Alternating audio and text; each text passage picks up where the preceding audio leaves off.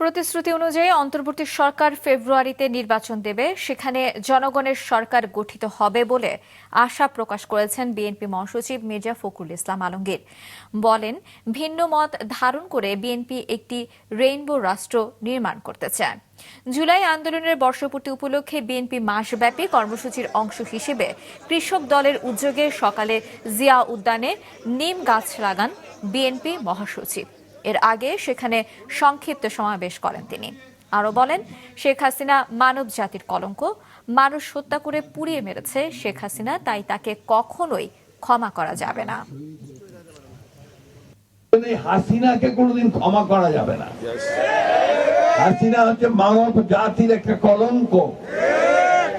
হাসিনা হচ্ছে মায়েদের একটা কলঙ্ক। আমাদেরকে প্রথম কাজ হবে এদের বিচার করা।